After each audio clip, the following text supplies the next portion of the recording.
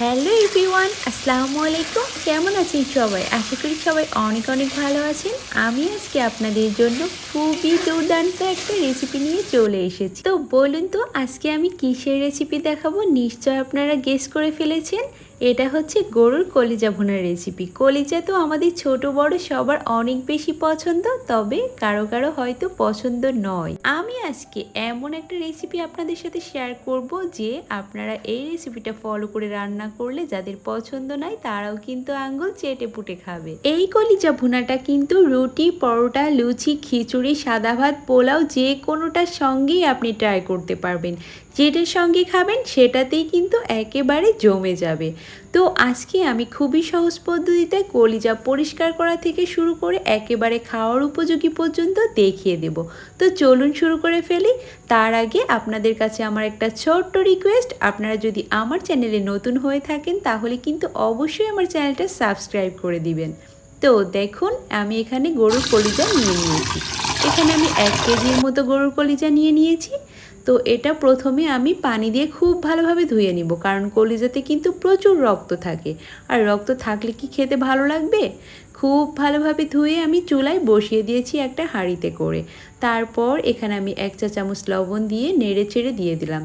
এমনভাবে ধুবেন যেন এরকম ক্লিয়ার পানি বের হয় ততক্ষণ পর্যন্ত। তারপর আমি চুলায় জাল দিয়ে দিয়েছিলাম। দেখুন কলিজা থেকে কতটা ময়লা বের হয়, দেখতে পাচ্ছেন? এই ময়লাটা সহ যদি রান্না করেন সেটা কি আর খেতে ইচ্ছা করবে? হ্যাঁ, অনেকেই জানি যে এভাবে কলিজাটা পরিষ্কার করে তারপর রান্না করতে হয়, তবে অনেকেই জানেন না বা জানা নাই। তারা কিন্তু এভাবে পরিষ্কার করে নেবেন।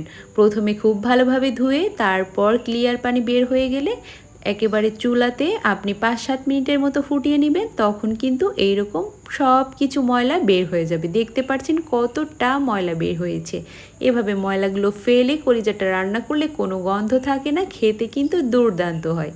যারা ময়লা সহ না বুঝে রান্না করে ফেলেছেন তারা তো আজকে সুন্দর মতো শিখে নিতে পারলেন। এভাবে ভালো মতো খুব পরিষ্কার করে ধুয়ে তারপর আমি কলিজাগুলো খুব ছোট ছোট করে কেটে নিব। এই যে দেখতে পাচ্ছেন, কাটার পর কিন্তু আবার আমি ধুয়ে নিব, তাহলে কলিজার যে একটা গন্ধ সেটা একেবারেই থাকবে না। খুব ভালোভাবে পরিষ্কার করে ধুলে আপনার রান্না করতেও ভালো লাগবে। তারপর আমি চুলাতে একটা কড়াই বসিয়ে কড়াইটা ভালো মতো গরম হয়ে গেলে আমি পরিমাণ মতো তেল দিয়ে নিলাম। আমি তেল দিয়েছি 3 টেবিল চামচের মতো। আমি কলিজাটা রান্না করব, যেহেতু শুধু শুধু কলিজা রান্না করলে একেবারে ভালো লাগে না, তাই আমি এখানে কিছুটা গরুর সিনাসহ যে চর্বি সেটা নিয়ে নিয়েছি। সিনাও কেটে নিয়েছি এবং চর্বিও কেটে কেটে ছোট করে নিয়েছি। এখন আমি কড়াইয়ের উপর 1 চা চামচ লবণ দিয়ে তারপর চর্বিটা দিয়ে দিব।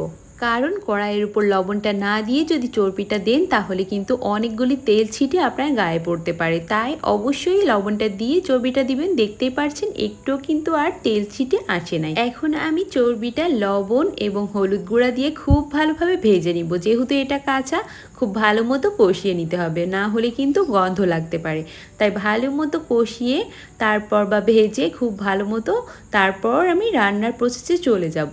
আমি আগে এখানে লবণ হলুদ দিয়ে চর্বিটা ভালো মতো ভেজে নিচ্ছি। দেখতেই পারছেন, যখন দেখবেন কিছুটা ভাজা হয়ে গিয়েছে, একেবারে কড়াইয়ের সঙ্গে একটু আঠা আঠা হয়ে লেগে আসছে, তখন আমি এখানে গোটা মশলা দিয়ে দিচ্ছি। এখানে দারুচিনি, এলাচ, তারপর লং আর শাহি এলাচ আমি দিয়ে নিচ্ছি, সাদা এলাচ, শাহি এলাচ।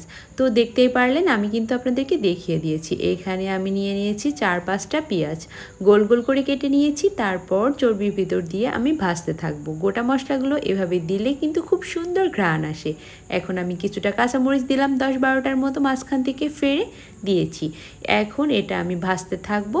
কিছুক্ষণ ভাজার পর আমি যে কলিজাগুলো খুব ভালো মতো ধুয়ে নিয়েছিলাম পরিষ্কার করে, সেগুলো কিন্তু দিয়ে দিলাম। তো চর্বির সঙ্গে কলিজাগুলো খুব ভালো মতো ভেজে নিলে কিন্তু কোনো গন্ধ থাকবে না এবং রান্নাটাও কিন্তু খুবই সুস্বাদু হবে।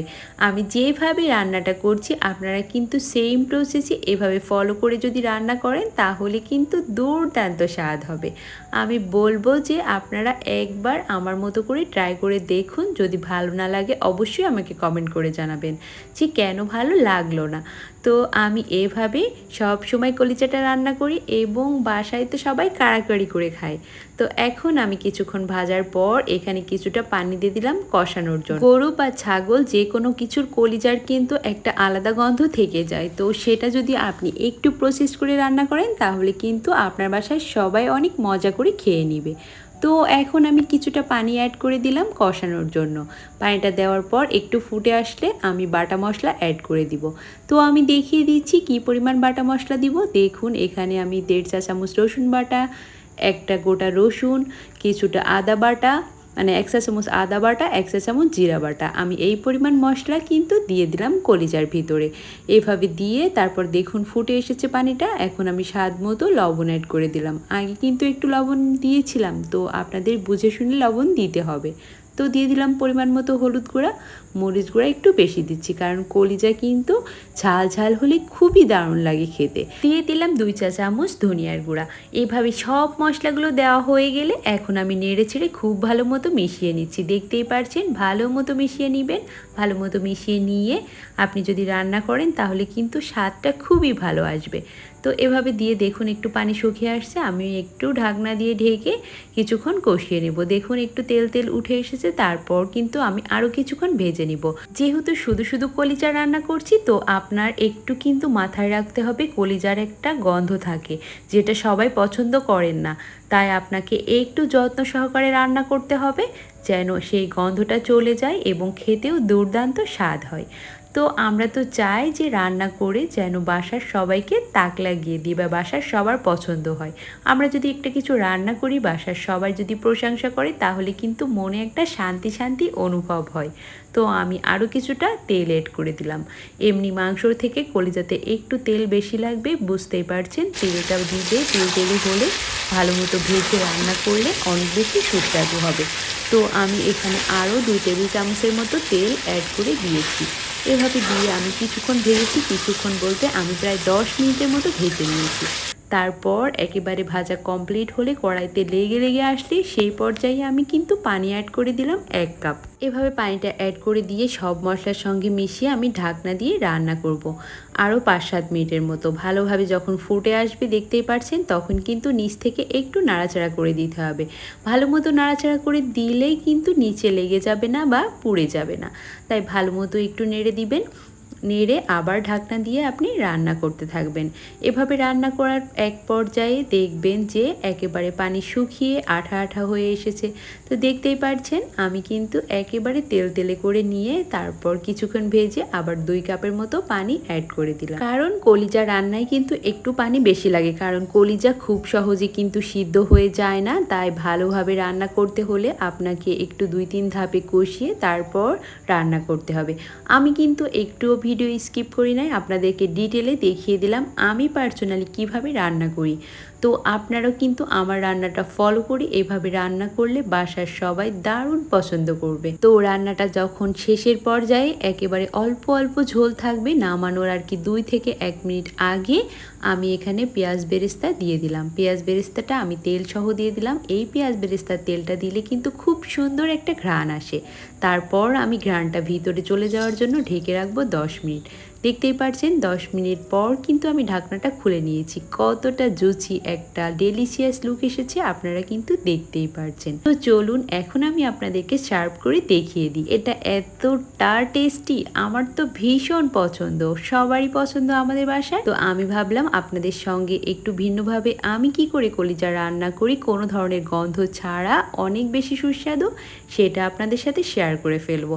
তো আমি আপনাদেরকে শেয়ার করে দেখিয়ে দিলাম। ওপরে একটু পেঁয়াজ বেরেস্তা দিয়ে দিচ্ছি একটু সৌন্দর্যের জন্য। পেঁয়াজ বেরেস্তা দিলে কিন্তু খুব সুন্দর ঘ্রাণও আসে এবং দেখতেও খুব ভালো লাগে। তো যারা ভাবছেন বাসায় আপনার বাচ্চারা বা হাজবেন্ড বা অন্য কোনো সদস্য কলিজা একেবারেই খেতে চায় না, কলিজা তো খাওয়া অনেক উপকারী স্বাস্থ্যের জন্য বা শরীরের জন্য, তারা কিন্তু এভাবে রান্না করে খেতেই পারেন। এটা রুটি বা পরোটা যে কোনো কিছুর সঙ্গে যদি আপনি খান বা খিচুড়ি, সাদা ভাত সব কিছুর সঙ্গে একদম জমে যাবে। তো আজই কিন্তু আমার রেসিপিটা ফলো করে আপনি রান্না করে ফেলতেই পারেন। তো আশা করি আপনাদের সবার কাছে আমার ভিডিওটা অনেক অনেক ভালো লেগেছে। আর যদি আমার ভিডিওটা আপনাদের কাছে একটুও ভালো লেগে থাকে তাহলে অবশ্যই আমার চ্যানেলটি সাবস্ক্রাইব করে দিবেন, লাইক এবং কমেন্ট করে আমার পাশে থাকবেন। আজ এই পর্যন্ত, সবাই ভালো থাকবেন। আল্লাহ হাফেজ।